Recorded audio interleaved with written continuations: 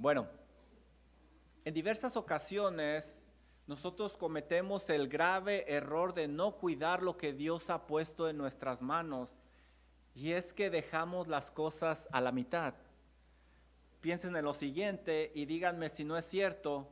Pensamos que el casarnos es todo y no buscamos que nuestro matrimonio sea honroso delante de Dios. Pensamos que tener hijos lo es todo y no los educamos en el temor del Señor. También pensamos que hacer profesión de fe es todo y no buscamos llevar una vida santa delante de nuestro Dios. Pensamos que hacernos miembros de la iglesia es todo y no ponemos al servicio del Señor nuestros dones y talentos, y la lista puede seguir. Cometemos el grave error de dejar las cosas a la mitad y no proteger lo que Dios ha puesto en nuestras manos. Si no protegemos eso que Dios ha puesto en nuestras manos, tenemos el riesgo de perderlo. Nuestro matrimonio, nuestros hijos, la santidad, grandes oportunidades para impactar por el Señor, todo lo podemos perder si no tenemos cuidado. Por eso debemos de cuidar eso que hemos edificado y debemos de seguir edificando, sobre todo espiritualmente. Ve por favor conmigo a 2 de Juan capítulo 1 versículo número 8 y mira lo que nos dice el apóstol con respecto a esto. 2 de Juan capítulo 1 versículo número 8. Juan dice lo siguiente: mirad por vosotros mismos, es decir, cuidado, cuídense ustedes, mirad por vosotros mismos para que no perdáis el fruto de vuestro trabajo. Subrayen esa frase: para que no perdáis el fruto de vuestro trabajo, sino que recibas el galardón completo. Es decir, edifica hasta el final. No dejes las cosas a la mitad. No dejes tu familia, tu ministerio, tu relación con Dios a la mitad. Tienes que seguir edificando hasta el final. En este capítulo, precisamente, Nehemías se da cuenta de ese peligro y debe él de tener cuidado para no perder lo que ya se ha edificado, porque él se ha dado cuenta que hay más trabajo por hacer. El día de hoy nos encontramos a la mitad del libro de Nehemías, pero Nehemías, por la mano de Dios, había logrado cumplir su misión. Él había levantado los muros, había puesto las puertas y Jerusalén estaba reconstruida. Hacía solo alrededor de 6 meses que Nehemías había llegado y había hecho todo este trabajo. Miren, ahora todo estaba en su lugar. El pueblo ya no era la burla de los demás.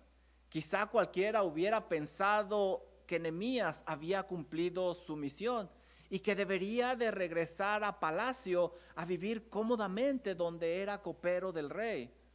Pero no Nehemías. Nehemías es otro tipo de hombre, es un varón a otro nivel. Él se dio cuenta que tenía que cuidar lo que Dios había puesto en sus manos y que no tenía que dejarlo a la mitad.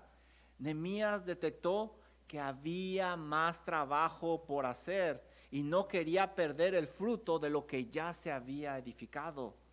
Nehemías sabía que el valor de la ciudad no eran los muros, no eran las puertas, sino las almas que resguardaban esos muros.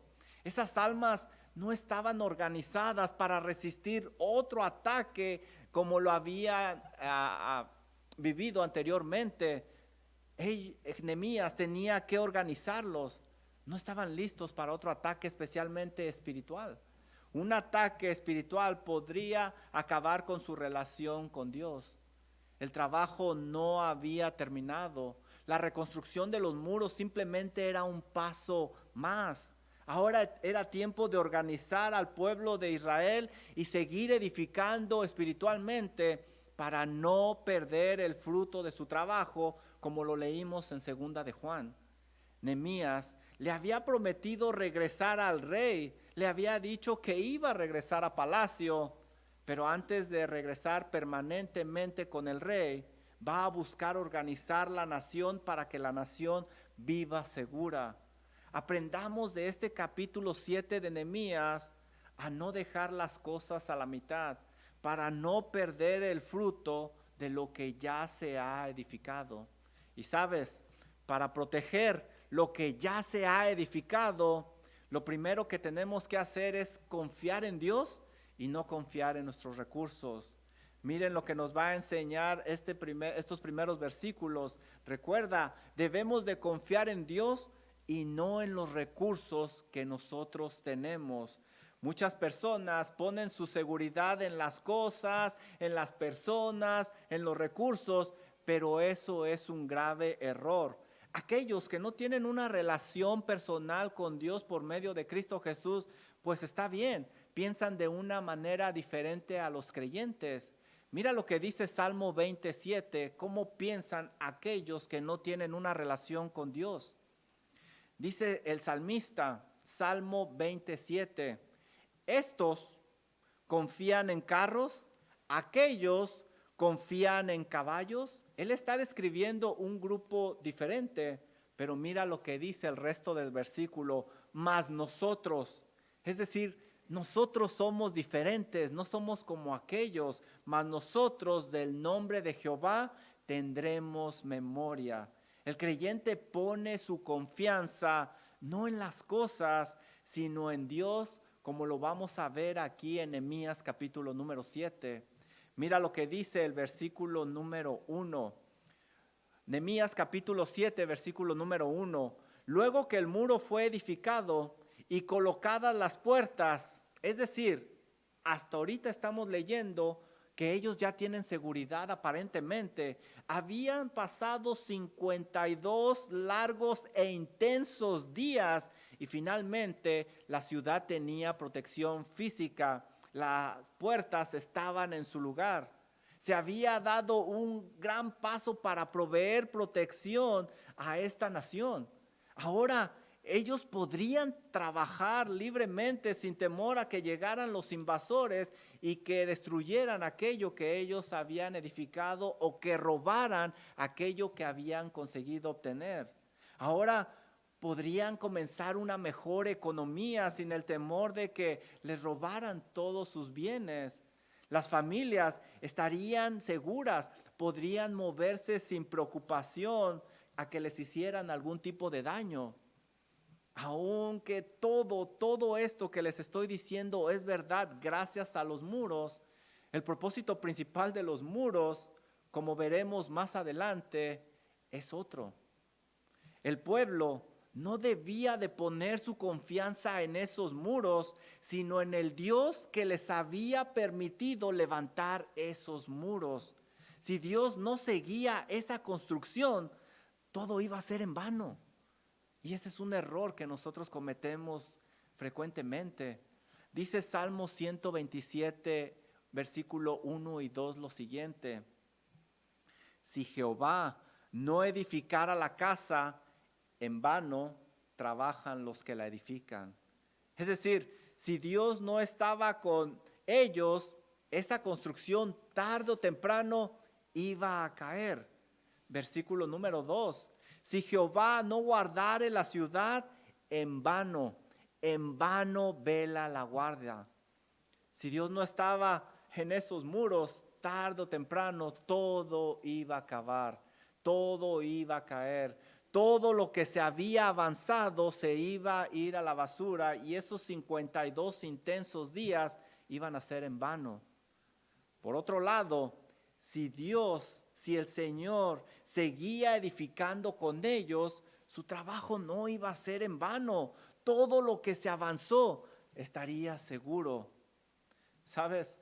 El cerrar las puertas en la noche ayuda mucho, pero no es toda la protección que necesitas. Tú necesitas orar y encomendarte a Dios que haga funcionar esas puertas y esos cerrojos, y entonces vas a contar con una protección verdadera. Pero muchas veces nos confiamos y nos olvidamos del Dios que nos da los recursos para poder protegernos. Ellos no debían de quedarse abrazando esos muros, abrazando esa bendición, sino deberían de abrazar al Dios que les proveyó esos muros, al Dios que les proveyó esa bendición.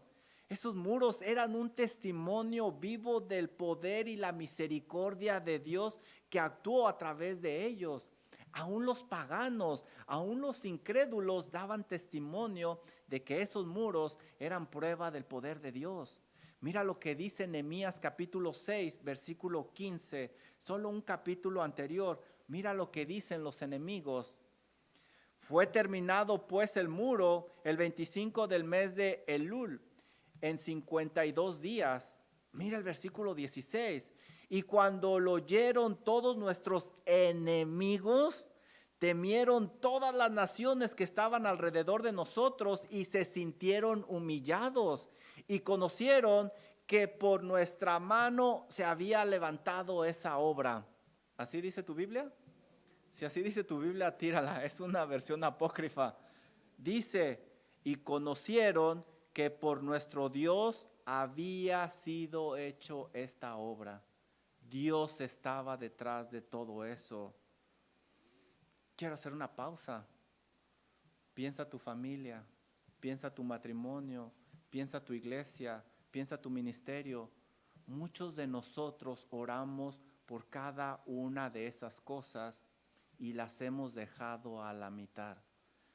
En lugar de abrazar al Dios que proveyó esas bendiciones, nos quedamos abrazando las bendiciones. No abracemos los muros. No nos sintamos independientes de Dios porque podemos pagar un precio muy alto. Muchas personas han buscado independizarse de Dios y han pagado un precio muy alto. Ve por favor conmigo a Daniel capítulo 4, versículo 30 y 31.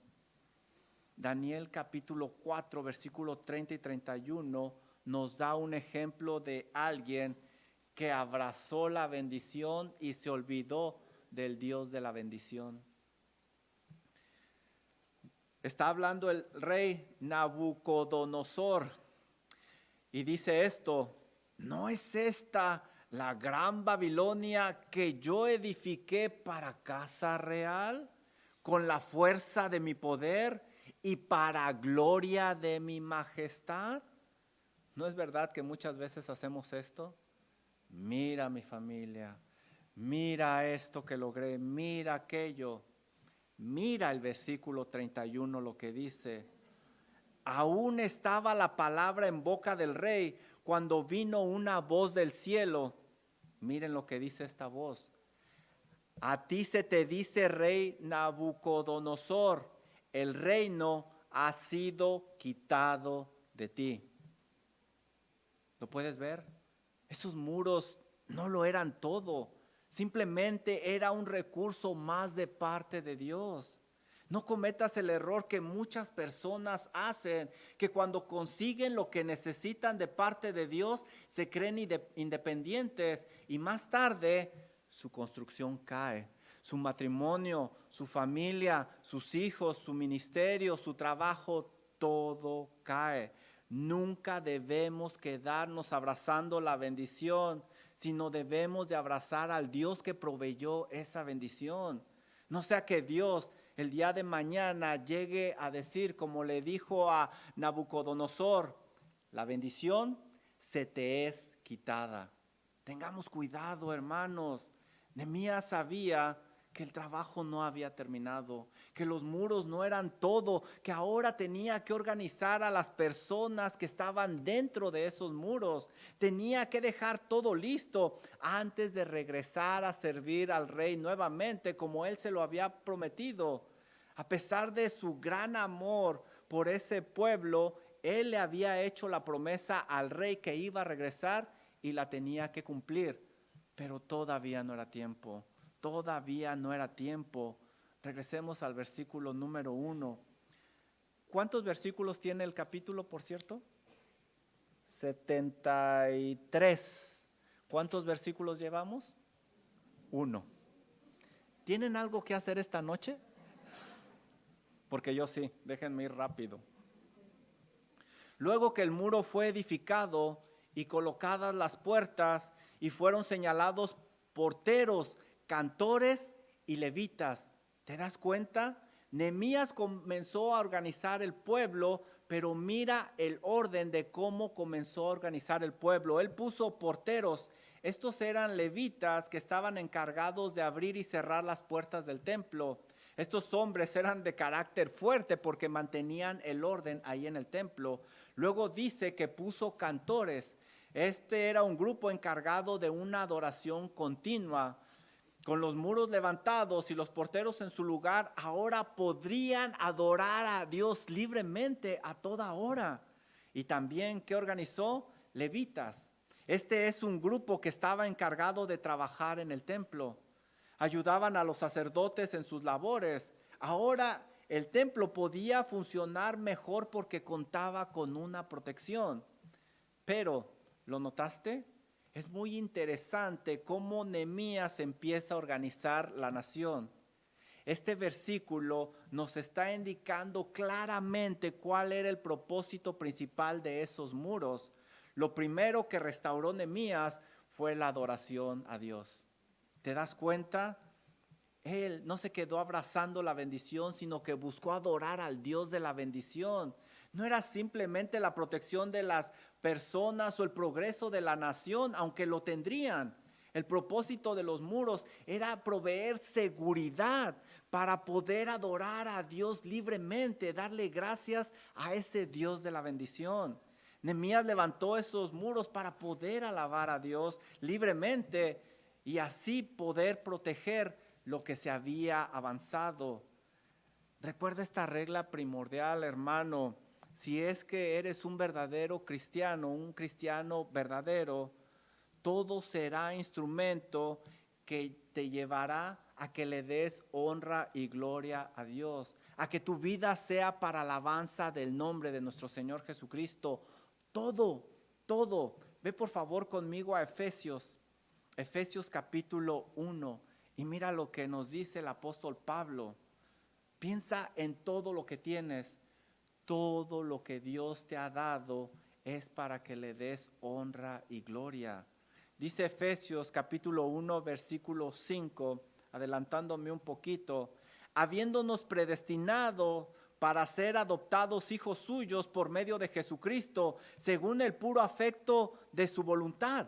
Y la pregunta es, ¿para qué nos adoptó? Mira el versículo número 6. Para alabanza de la gloria de su gracia, con la cual nos hizo aceptos en el amado. Por eso nos adoptó. Ahora, ¿puedes verlo? Nos ha adoptado para que le alabemos, para que alabemos ese maravilloso y grande amor. Ve conmigo a Efesios 1:12. Mira lo que dice Pablo. Más adelantito.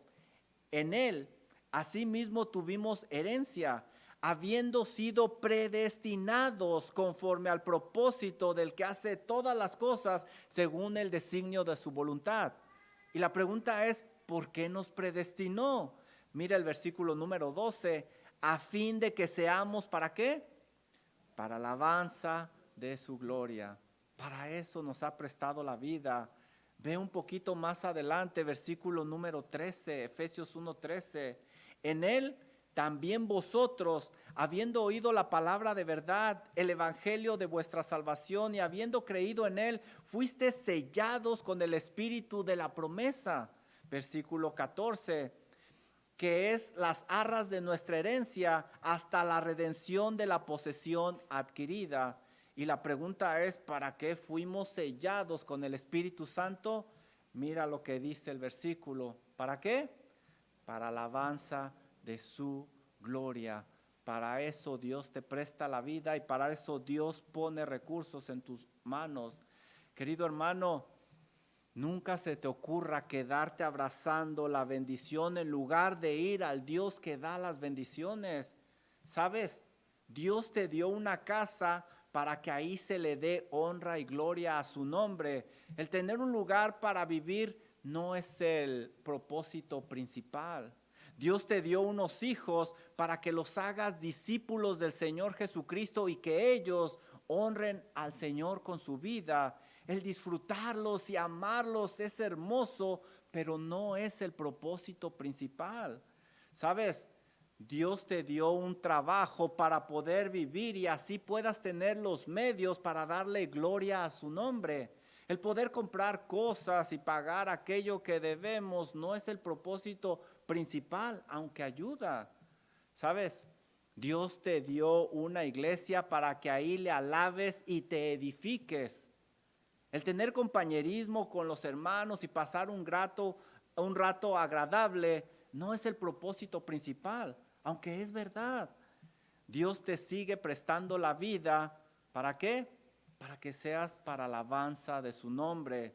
Si haces lo contrario, no le vas a encontrar sentido a la vida y siempre vas a tener un vacío en el corazón. Nada te va a llenar. Si tienes esto en mente, protegerás lo que se ha avanzado, lo que se ha edificado y lo podrás disfrutar. Ahora, lo siguiente que nos va a enseñar Nehemías es que para proteger lo que se ha avanzado, no solo debemos de confiar en Dios y no en los recursos, también debemos de rodearnos de gente temerosa de Dios. Mira el versículo número 2. ¿Cuántos versículos llevamos? ¿Cuántos versículos son? Ya no me estén interrumpiendo, si no, no nos vamos a ir de aquí toda la noche. Versículo número 2. Mandé a mi hermano Hanani y a Ananías, jefe de la fortaleza de Jerusalén. Nehemías, después de haber asegurado la adoración, organizó gobernadores de la nación. Nehemías sabía que no podía poner al frente a cualquier persona, sino que eligió a estas personas con mucho cuidado. Y yo me pregunto, ¿cuál sería la cualidad principal que Nehemías vio en estas personas que puso al frente? Mira lo que dice el resto del versículo número 2. Porque este era varón de verdad, temeroso de Dios más que muchos. El gobernador no fue nombrado por tener una buena amistad con Nehemías, que de hecho la tenía, como vimos en el capítulo número 1, o por ser una persona influyente. Él lo nombró porque tenía cualidades muy importantes. ¿Cuáles eran esas cualidades? Él era varón de verdad. Es decir, era una persona íntegra, honesta, fiel, digna de toda confianza. No tenía nada de lo que se le pudiera señalar. Este tipo de personas es muy, muy difícil de encontrar. Dice Proverbios 26, muchos hombres proclaman cada uno su propia bondad, pero hombre de verdad, ¿quién lo hallará? Es muy difícil encontrar este tipo de varones. Así es de que Nehemías podía dejarlo al frente sin preocuparse porque sabía que él haría lo correcto sin ninguna clase de supervisión. Seguramente entre el pueblo había muchas personas dotadas con habilidades, pero sin integridad, eso no sirve de nada. Y este hombre tenía integridad de sobra.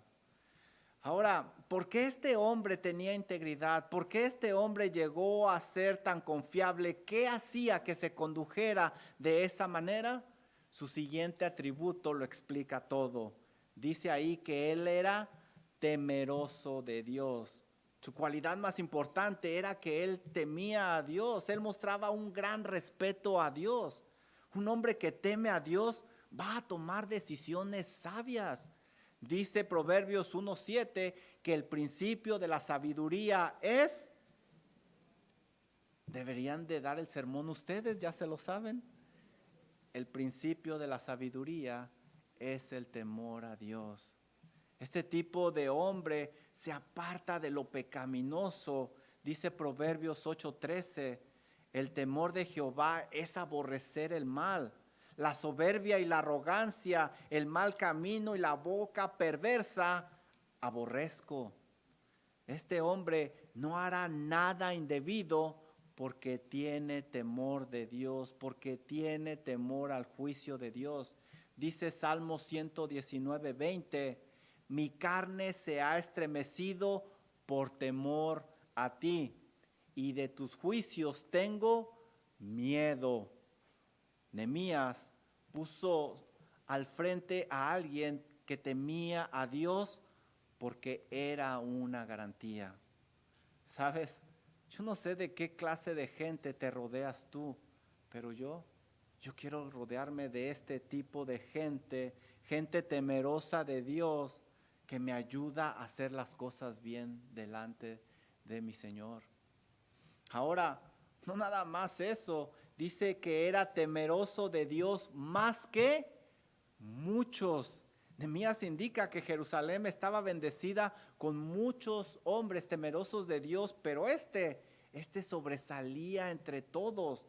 Nehemías los había identificado, pero este era especial. Este lo superaba a todos. Su respeto a Dios, su devoción iba más allá que la de los demás. No podía pasar desapercibido. Este hombre era el indicado para contribuir a seguir edificando y proteger lo que se había avanzado.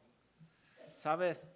Para que tú protejas lo que se ha edificado, lo que Dios ha puesto en tus manos, rodéate de gente temerosa de Dios. Yo no sé de quién te rodeas tú, pero rodéate de gente temerosa de Dios como Nehemías se está rodeando. Ellos son dignos de toda confianza en público y en privado, porque realmente creen que Dios es omnisciente, omnipresente, omnipotente, justo, soberano. Eso es lo que van a reflejar en su vida. Por el contrario, aléjate de esas personas que no muestran ningún respeto a Dios, porque pueden afectar lo que Dios te ha permitido edificar. Aléjate de ellos, no son una buena influencia. A continuación, Nehemías instruye cómo se debe de administrar la entrada a la ciudad para proteger a la gente. Versículo número 3. ¿Cuántos versículos tiene el capítulo? Cada que pregunto, dicen en un tono más bajito, como así más desanimado. No se apuren, hermanos, sí se puede. Vamos a terminar el capítulo hoy. Versículo, ¿por qué se ríen así? Versículo número 3. Y les dije, no se abran las puertas de Jerusalén hasta que caliente el sol. Y aunque haya gente ahí, cerrad las puertas y atrancarlas. Nehemías está estableciendo horarios para los porteros para garantizar la ciudad de las personas y para que ellos pudieran seguir adorando al Señor. Iban a abrir cuando saliera el sol, iban a cerrar cuando el sol se fuera a meter. Y luego dice el versículo, y señalé guardas de los moradores de Jerusalén, cada cual en su turno y cada uno delante de su casa. Esta sería la siguiente línea de defensa. Él estaba estableciendo guardias que estuvieran vigilando todo el tiempo. Nehemías sabía que Dios estaba con ellos y que actuaría soberanamente según él le pareciera, pero también sabía que Dios demandaba prudencia de parte de su pueblo, por eso está organizando esta protección. Nehemías hizo su responsabilidad humana y no tentó a Dios. Él nombró guardias. ¿Qué es lo que te estoy tratando de decir? No abuses de la soberanía de Dios. Es verdad que Dios está en control de todo, pero Dios pide prudencia de sus hijos. Por esa razón nos ha dado inteligencia para actuar. No somos títeres. Dios demanda un esfuerzo de parte de nosotros. Por eso leemos en Lucas 11:19. Yo os digo, pedid y se os dará. Buscad y hallaréis. Llamad y se os abrirá. No dejes todo a la soberanía de Dios. Eso no es correcto. Hacemos lo que está de nuestra parte y nos encomendamos a Dios, y es lo que está haciendo Nehemías. ¿Sabes? Para proteger lo que se ha edificado debes de confiar en Dios y no en los recursos. Debes de rodearte de gente temerosa de Dios, pero también tú debes de asegurarte que tengas una relación con Dios, porque si no, todo va a ser en vano. Mira el versículo número 4. Porque la ciudad era espaciosa y grande, pero poco pueblo dentro de ella, y no había casas reedificadas. Nehemías vio esa necesidad. Había mucho espacio y muchas casas en ruinas. Se debía de habitar esas casas, se debían de reconstruir para proteger mejor la ciudad. Este proyecto nuevo requería que se organizaran nuevamente, como cuando levantaron el muro. Versículo número 5 empieza con una palabra interesante. Entonces, esta palabra indica que Nehemías estuvo pensando cómo solucionar ese problema cuando se le vino algo a la mente. Entonces puso Dios en mi corazón que reuniese a los nobles y oficiales y al pueblo para que fuesen empadronados según sus genealogías. ¿Qué sucedió? Nehemías indicó que Dios le había inspirado a que reuniera al pueblo para hacer una lista de las familias. Este versículo nos muestra que este varón tenía una gran relación con Dios. Nehemías sabía que esa idea no venía de él, sino que Dios se la había proporcionado. Ahora yo te pregunto, ¿viste lo que leímos? Puso Dios en mi corazón. Yo te pregunto, ¿sigue Dios inspirándonos? ¿Sigue Dios inspirando a su pueblo? Más vale que lo creas. Más vale que lo creas. Espero que hasta el momento, con lo que hemos estudiado de su palabra, Dios haya puesto en tu corazón que confíes en Él y no en tus recursos, que te rodees de gente temerosa de Dios, o mejor, que tú seas temeroso de Dios, que te asegures que tienes una relación con Dios como lo vamos a ver en estos momentos. Pero para que Dios hable a tu corazón, por medio de su Santo Espíritu, tú debes de estudiar la Biblia. Dice 2 de Timoteo 3, 16 y 17, toda escritura es inspirada por Dios y útil para enseñar, para redarguir, para corregir, para instruir en justicia, a fin de que el hombre de Dios sea perfecto, enteramente preparado para toda buena obra. Sí, Dios sigue inspirando, pero por medio de su palabra. ¿Sabes?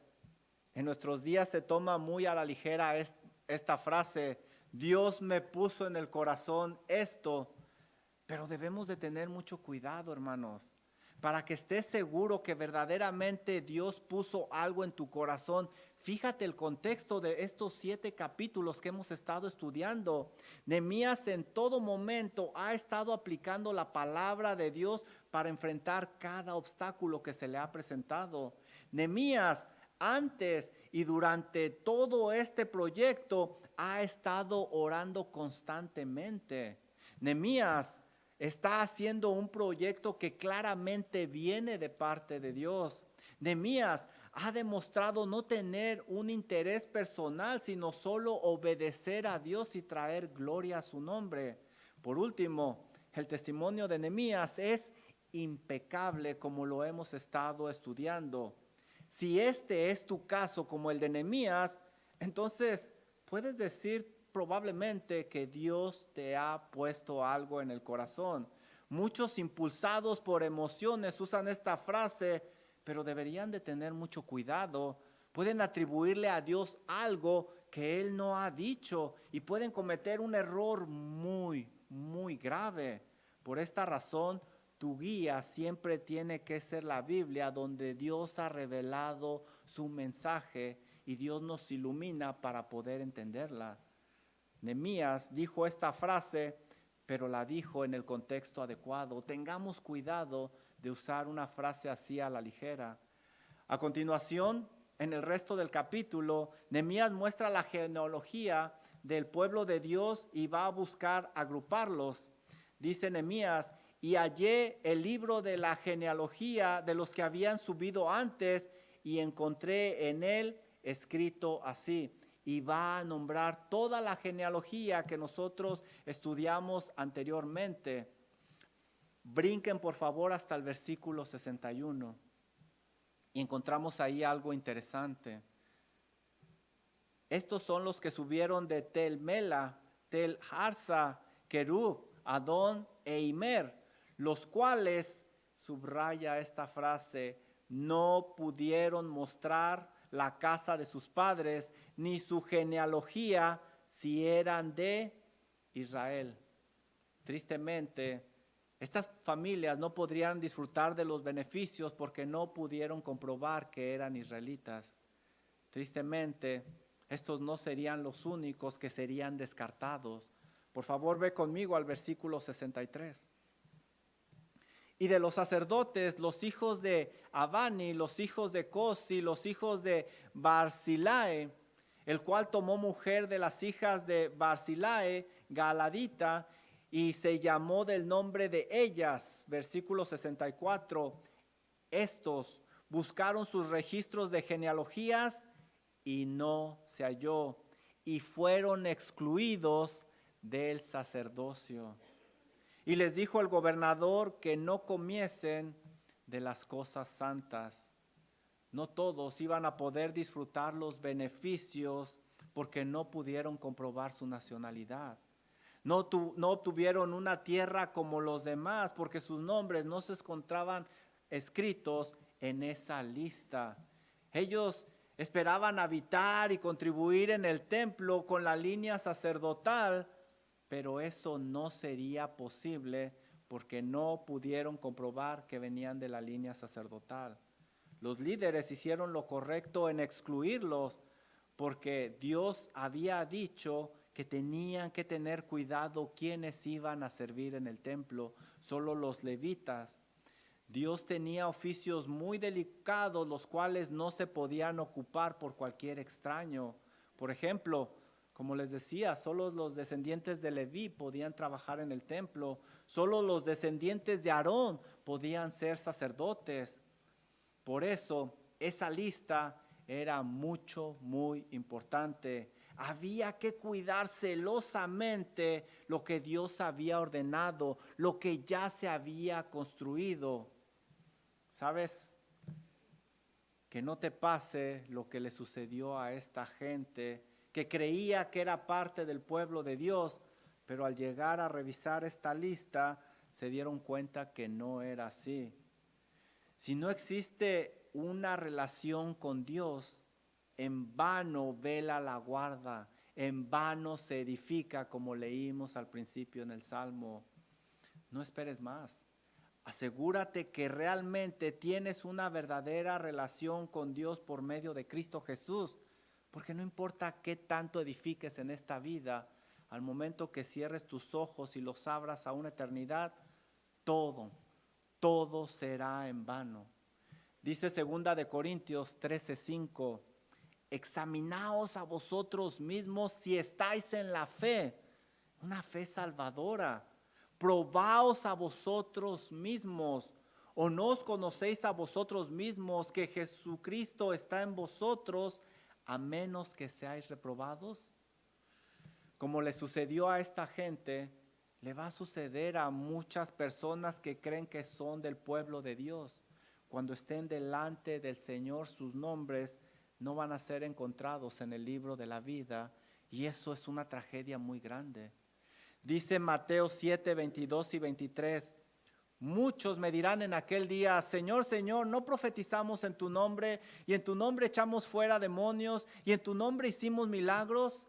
Entonces os declararé, nunca os conocí, hacedores de maldad, apartaos de mí. Sus nombres no estaban escritos en el libro de la vida, como los nombres de estos no estaban escritos en la genealogía de los israelitas. ¿Sabes? No dejes este lugar sin asegurarte que realmente tienes una relación con Dios por medio de Cristo Jesús. Si quieres saber más acerca de este tema, acércate a mí. Si quieres estar seguro que tienes una relación con Dios, acércate a mí y podemos platicar. Con gusto te ayudaremos. Termino con esto. Recuerda que Dios te ha confiado grandes cosas, qué sé yo, una familia, un matrimonio, un ministerio, dones, talentos, etcétera. Pero como Nehemías, no dejes el trabajo a la mitad, haz lo necesario para cuidar el fruto de eso que ya se ha edificado y seguir adelante. Para ello, como vimos en este capítulo 7, confía en Dios y no en los recursos. Rodéate de gente temerosa de Dios que te ayude. Pero sobre todo, asegúrate que tienes una relación con Dios por medio de Cristo Jesús, porque si no, todo será en vano. Vamos a orar. Amado Padre Celestial, agradecemos la oportunidad que nos dio de reunirnos en esta tarde. Ahora, Señor, pedimos humildemente que nos ayude a aplicar lo que hemos aprendido, que podamos cuidar todo aquello, Señor, que nos ha permitido edificar, para no perder el fruto de nuestro trabajo. Pido por cada hermano, Señor. Usted sabe la necesidad que cada uno de ellos tiene. Por favor, ayúdeles, Padre, para que sus vidas traigan honor y gloria a su santo nombre, para que no pierdan el fruto de lo que se ha edificado y que por el contrario, como leímos en 2 de Juan, reciban el galardón completo. Gracias, Señor, por su palabra. Gracias porque nos confronta, porque nos examina, porque nos edifica. Oramos en el nombre de nuestro Señor y Salvador Jesucristo. Amén. Vamos a ponernos de pie y entonar el último canto.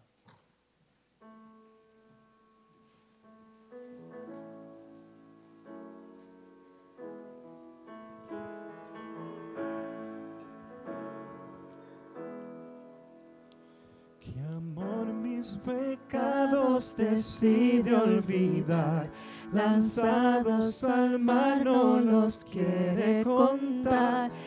Siendo omnisciente, olvida mi error. Mis faltas son muchas, su gracia es mayor. Gloria a Dios, su gracia es mayor. Sus misericordias hoy nuevas son. Mis faltas son muchas, su gracia es mayor. Paciente me aguarda en mi desviar, un Padre que tierno me llama al hogar.